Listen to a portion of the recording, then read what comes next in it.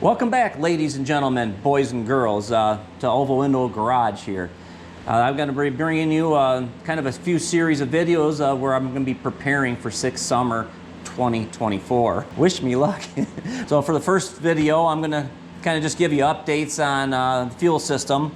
You see gas tank I got down here on the ground. Yeah, I'm going to be tearing apart a perfectly good working fuel system and replacing it all with newer equipment. Basically, Simon here has been running a fuel system for the last, boy, it's 15 to 18 years old. And back then, you know, ethanol wasn't a really big thing. I'm kind of want to get ahead of any maybe possible future problems and not create more.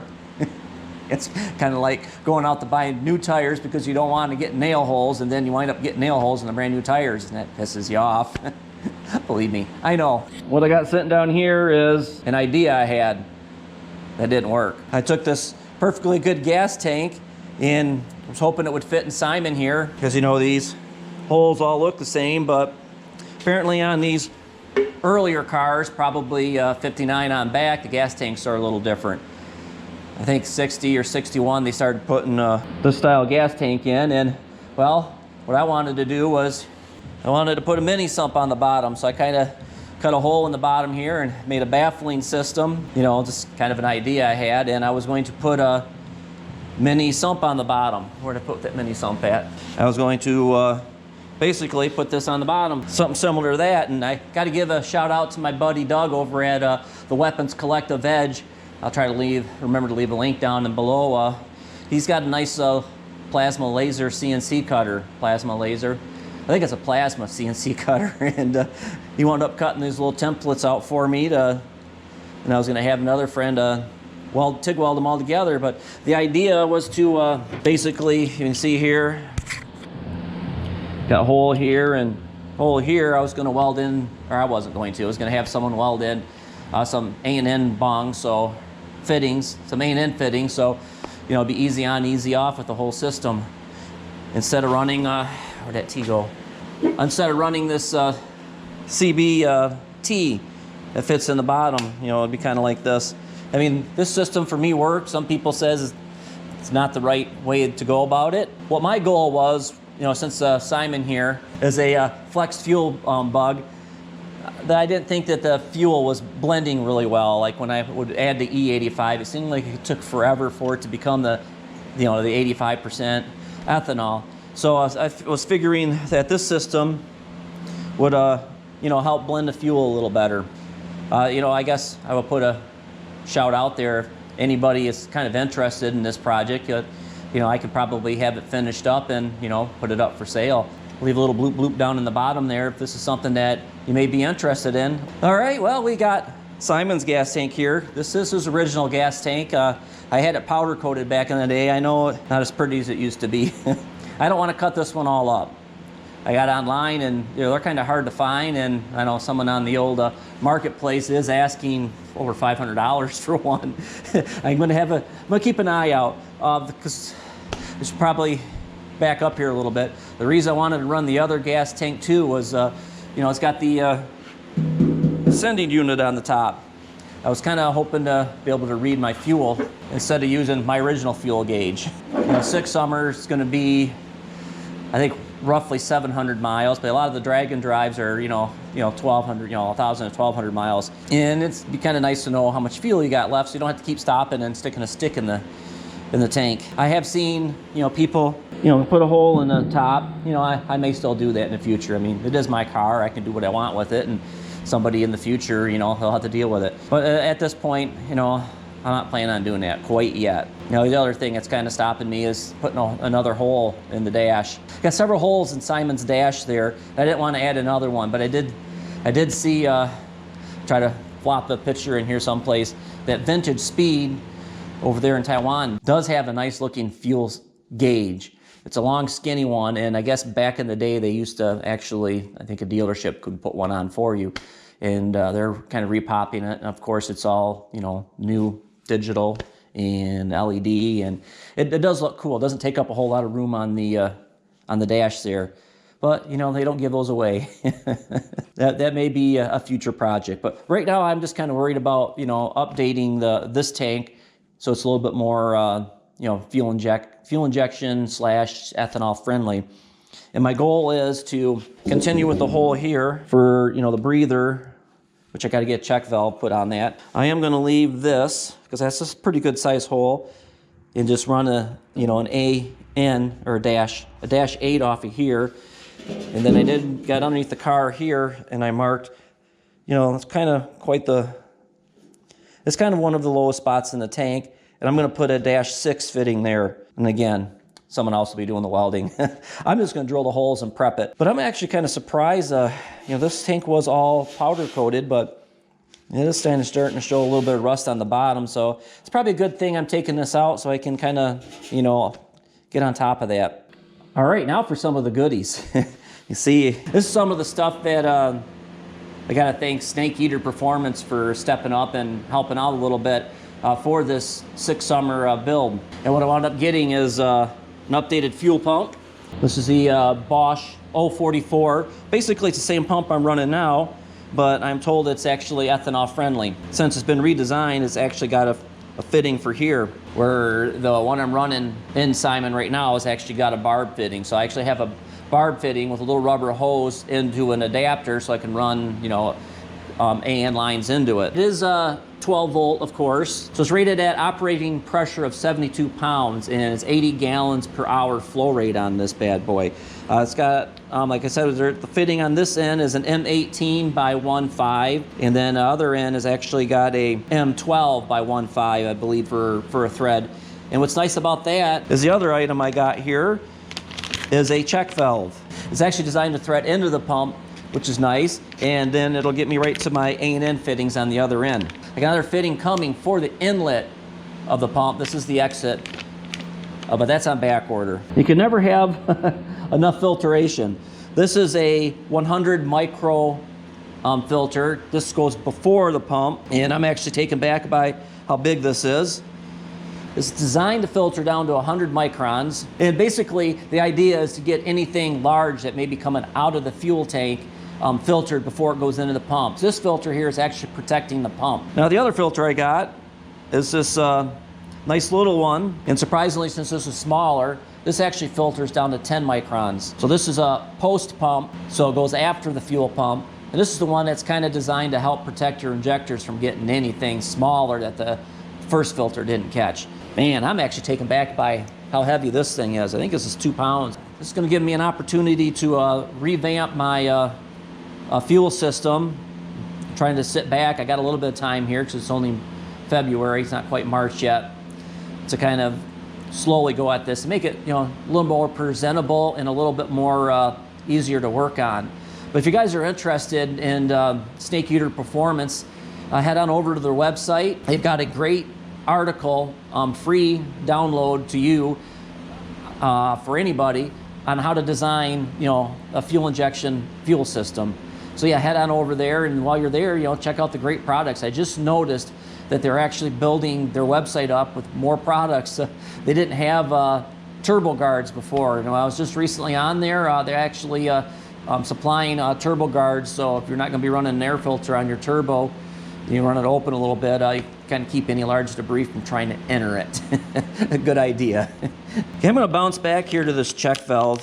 It's nice, they actually tell you which way your fuel is supposed to flow. It's probably upside down. The reason behind the check valve is it kind of keeps the pressure all going one way. Keeping that pressure off of the pump. They're more beneficial in a dual pump situation where one pump is going to pump a little more pressure than the other, so it doesn't bleed back into the other pump, and you wind up losing fuel pressure through the whole service. But all right, on to my mess. That's how I got my setup right now. Like I was stating, I got that. It'll be nice to get rid of that rubber down there just for, it's one less thing I have to worry about going wrong. And you kind of see it's just bolted to the firewall here. They're kind of looking in here. It looks like you got quite a bit of room in there. And I'd actually have to put the tank in there and see if the fuel filters will fit on the firewall there. But in order to work on them down there, you actually have to take the tank out and the tire off to, to get in there comfortably. May follow what some other people do and actually mount my fuel pump in the compartment here. And put maybe the filters here and the pump down here and utilize this hole. I don't know why. I've got these pieces all nice and powder coated. Don't know why I've never put them on the car. Guess I always figured I was going to paint the car, so I saved them for paint. But the only problem with, putting in here is I'm not going to be able to utilize this for my spare tire. Spare tire, what is that? But yeah, I'm going to have to try to figure out where I'm going to pack everything, and there'll probably be some stuff I'll have to pack in here. But with the fuel pumps and fuel filters all being right here, they are really easy to get at. So I'm going to get to work, because it's kind of hard to, record and work all at the same time, and I'll give you guys an update when I get one. Okay. Pump is installed. I'm waiting on a few more fittings. It took a little bit to get this one here, but Snake Eater came through. I got the check valve on, and I got to build a little hose for the other filter. I'm on one filter there, and I'm in the process of figuring out where I want to mount this filter. I think I'm going to put it roughly right around there. I'm trying to use some of the hose I already have instead of getting this stuff. Gets expensive, especially this. For some reason, maybe it's just the popularity. I'll just get this on here. The popularity of this, but this hose is way more expensive than the nice shiny stainless steel braided one. But yeah, I think probably roughly go here with it, with the pre-filter. And then down in here, we'll put the post filter. Then I can route both the fuel lines right through this hole. Can't see that hole. Back up a little bit. There we are. Then I can run both the hoses in through there. I think I'm going to bring the electricity, probably since I messed up the first time. I actually had the pump mounted over the hole here. It didn't give me enough room to mount the post filter. I thought about just getting a fitting and mount it right on here, but I don't know, I'm afraid of putting something too heavy on here and breaking that off. I'm going to put one of these hoses right here, so there's a little bit of flexibility in it. Now to get to drilling some more holes in here, and liking these little rivet inserts here. These threaded rivet inserts in here. Wish I would have had that like 15 years ago. I would have used them a lot more. I'll get some holes drilled here. I'll show you guys how easy those are to install. Now before I go running off and drilling a bunch of holes, I'll show you guys how I made these brackets here. I'm not really 100% sure if I'm going to be using these or not. I just kind of ran to the hardware store and found some straps that would work, and they're working really well, but not sure how noisy this is going to be and whether or not it should be 100% solid mounted. I could put some rubber gaskets or washers behind that, but basically I just went to the hardware store and found some of these. They probably look more like this, but it's just a bracket, and it hangs a 2-inch pipe. They had sizes 1.5, 2-inch, and I think 2.5 or 3-inch. And both the pre-filter and the pump are both 2 inches, so it should work really good. I don't think I'll have a problem using it for the filter, but the pump is going to create a lot of vibration. I got on the old Evil Bay, and you can pick up some nice looking aluminum brackets, pretty reasonable. But yeah, basically just trimmed them down a little bit, drilled another hole in it, and wrapped it around the pump, and it seems to work really good. All right, well, this is the tool I've been using to put those rivets in. Something I purchased over at Harbor Freight. They actually have two kinds of these. This looks just like a rivet gun. The other ones are kind of a center pull one, and I think those are actually probably bite in a little harder. I don't know. The reason I purchased this one is because, I'm dealing, in here, and the other one, like I said, is a center pull thing, and there basically would be no room. So it's pretty simple. You got your rivet, your zerts, threaded zerts, whatever they're called, and you basically thread them on here under the gun. And these come different sizes. Unfortunately, for some reason, this kit came with them, and they're all standard sizes. I'm using a 1/4 by 20 bolt with the zert here. The nice thing about these is, like these two screws, I can get to on the back side, so I could have put nuts on the back, but I'm trying to make this easy. And last thing I want to do if I'm caught on the side of the road and have to change the fuel pump out is to have to worry about nuts. I'm already nuts enough. So I just got a bolt to worry about now. And like this one here, I didn't know this before, but it's kind of hollow in there. There'd be no way to really get a nut in there. So yeah, just insert it and squeeze. Work on your forearm grip. I like to do it a couple of times, and then you unthread it here. And the struggle is real.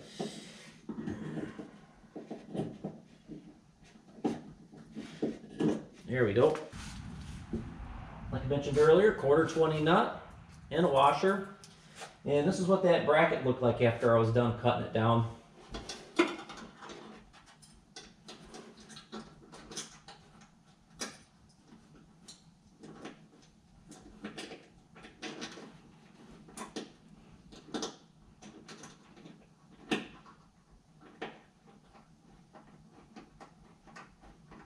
And there you go. As easy as 1, 2, 3, unless you're me. All right, I've got everything installed. I think I like every placement of it. You know, we've got the pump, the pre-filter, and the post-filter. I did go with the rubber mount in between here. And you can see everything's gonna flow right back into that little hole nicely. This will go to the gas tank, and hopefully the gas tank, I'm not sure how much line I'm gonna need yet. And this will, I think what I'm gonna do here, you probably can't see it up there, but I'm gonna run it, the number 6 down through here. And you guys can see where, you know, I got it exiting right now, but I can actually mount it here and it should be out of the way of the gas tank. And that's kind of what I'm gonna do here with the fuel pump. I got it wired in now. I'm gonna probably just zip tie it up there. You know, zip ties are a garage mechanic's best friend. But yeah, let's move around. Nothing but trouble here. Emily's the engine for Hubert. See if I can enter the car without hitting the door too hard. Here we go. Maybe we'll go around the other side. I can't even get in the front seat. I forgot I got a roll bar to jump over. I might be able to just, we'll go on the other side here. But I want you guys to listen. Tell me how loud that is. This should be all right to turn it on for just a quick second. I know I don't have a gas tank in there yet. All right, Simon. Let's hear it. Wow. I like the buzz. Sounds nice and fresh. I think I'll sort of end the video today. Give you guys an update. Basically, I'm waiting for some of this PTFE, I think it's called, fuel line. It's actually plastic. It's supposed to be alcohol friendly, since I'm going to be running flex fuel car.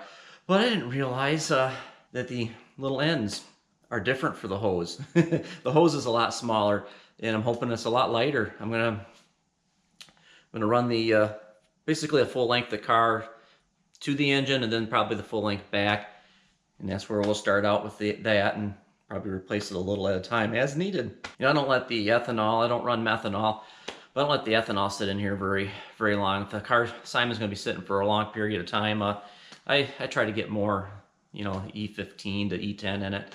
I stored them over the winter with a mix of rec fuel in E85, and I measured it was about 10% ethanol. But yeah, I said I was gonna get out of here. So yeah, keep cruising and enjoy the ride. I'm out of here. Before I was just another guy. Look at me now, I'm way up high. Should get some information on that. How many gallons and stuff that pumps. Fuel pressure bleed black, blah, blah, blah. This looks just like a rivet gun. Or is it rivet? Probably rivet. Just like a rivet gun.